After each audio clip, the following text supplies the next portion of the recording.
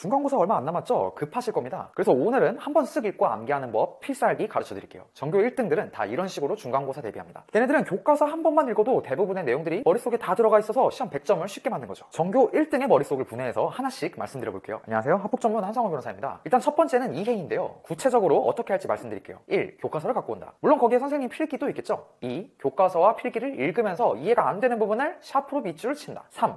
밑줄 친 부분을 선생님께 질문해서 의문을 해소하거나 우리 반 전교 1등을 찾아가서 빵과 초코우유를 선물로 주고 해결을 한다. 자, 이렇게 하시면 됩니다. 결국 여러분들이 이해가 안 되는 부분이 없어야 된다는 건데요. 이렇게 선생님과 친구에게 부탁을 해서 이해가 안 되는 부분이 없다, 다 뚫렸다고 하면 다시 한번 교과서를 읽습니다. 근데 이번에 교과서를 읽을 때는 문장 간의 인과관계를 이해하셔야 돼요. 무슨 말이냐면 쉽게 말해서 A라는 문장이 있고 B라는 문장이 있으면 B라는 결과가 벌어지기 위해서 A라는 원인이 있을 거 아니에요. 그런 부분들을 중점적으로 생각하면서 읽어주면 된다는 거예요. 그러면 흐름과 맥락이 딱 이해가 됩니다. 왜냐하면 이유가 있으니까요. 우리는 이유가 없는 스토리는 머릿속으로 받아들일 수가 없거든요. 그래서 달락달락 조각이 나버리는데 이러면 내용 흐름이 딱 끊기면서 머릿속에 지우개처럼 공부해도 하나도 남지 않습니다. 그래서 인과관계를 통해서 즉 원인과 결과를 파악한 채로 교과서를 읽어야만 입체적으로 머릿속에 교과서의 내용이 들어옵니다. 이 상태만 세팅이 돼도요, 여러분들은 큰 흐름과 맥락이 다 이해되기 때문에 웬만한 객관식 문제는 거의 다 맞출 수가 있어요. 아니 변호사 양반 한 번 쓱 읽고 암기하는 법 가르쳐준다고 하지 않았어? 그런데 한 번이 아니라 두 번 읽는 건데요? 라고 하실 수 있는데요. 이게 훈련이 되면 한 번 쓱 읽고 암기가 가능합니다. 그래서 아까 전교 1등들은 다 그렇게 공부한다고 말씀드린 거예요. 하지만 여러분들은 죄송하지만 그런 레벨은 아니셔서 그게 바로 되지 않기 때문에 전교 1등이 하는 과정을 세분화해서 말씀을 드리는 거죠. 여러분들도 이렇게 훈련하시면 결국 한 번 쓱 읽고 암기하는 경지까지 도달하게 됩니다. 그러니까 잘 들어보세요. 여기서 잠깐, 이젠 학폭하면 진짜 큰일 나. 까딱하면 상수에도 대학 못 가거든. 그런 의미에서 다 같이 외쳐보자. 학교폭력 멈춰!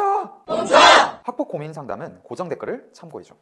자, 그 다음은요, 키워드를 찾는 건데요. 수업 시간에 선생님이 강조한 단어 같은 거 있잖아요. 그런 걸 교과서에 동그라미 쳐놨습니다. 그리고 그 키워드만 보면서 교과서 내용을 스토리텔링 한번 해보세요. 그러니까 우리가 이미 교과서를 두 번 읽었잖아요. 첫 번째는 이해가 안 되는 문장을 찾기 위해서 읽었죠. 두 번째는 문장 간 인과관계를 파악하면서 읽었습니다. 그러면서 우리가 흐름과 맥락을 파악했기 때문에 머릿속에 대략적인 맥락이 있단 말이에요. 그 상태에서 키워드 있죠. 교과서에 표시된 키워드, 동그라미 친 키워드를 보면서 교과서 내용을 한번 머릿속으로 스토리텔링을 해보는 거예요. 키워드를 노트에 쓴 채로 스토리텔링 해보면 더 좋습니다. 어차피 키워드 쓰는 내 시간 별로 안 걸리니까요. 이러면 완벽하게 교과서 내용이 머릿속에 들어오게 됩니다. 또 내가 미처 기억이 안 나거나 빠뜨린 부분이 어딘지도 금방 알 수 있죠. 근데 여기서 주의할 점이요, 키워드 동그라미 칠 때 뻔한 단어는 치지 않는 겁니다. 예를 들어서 여러분이 국사에서 조선의 건국 파트를 공부한다고 칠게요. 그럼 정도전, 이성계, 위화도 회군, 신진사대부, 불시자변 이런 키워드들이 있을 텐데요. 솔직히 여러분들 이성계는 다 알지 않습니까? 이런 단어는 동그라미 치지 않는 거예요. 동그라미 안 쳐도 교과서 내용을 스토리텔링 할 때 저절로 나올 수가 있어야 되는 거죠. 좀 배경 지식이 있는 친구들은요, 정도전과 위화도 회군 정도도 좀 뻔한 단어다라고 생각하실 수 있어요. 그럼 그런 단어도 동그라미 치지 않습니다. 그러니까 친구들 배경 지식 상태에 따라서 키워드 동그라미도 달라지게 되는 거죠. 이래야 동그라미를 최대한 적게 쳐서 선택과 집중을 할 수 있습니다.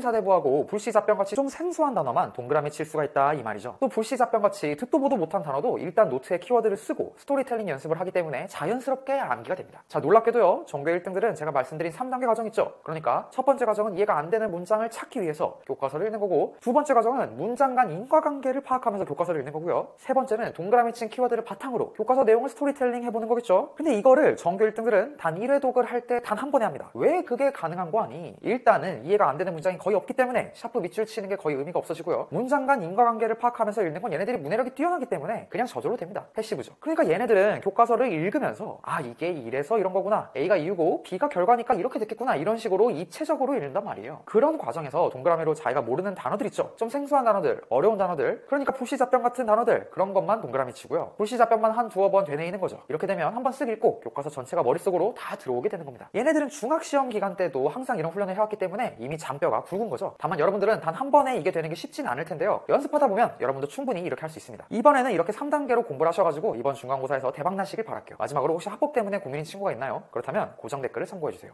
저와 함께 고민해봅시다. 영상 시청해주셔서 정말 감사합니다. 다들 좋은 하루 되시고 행복하세요.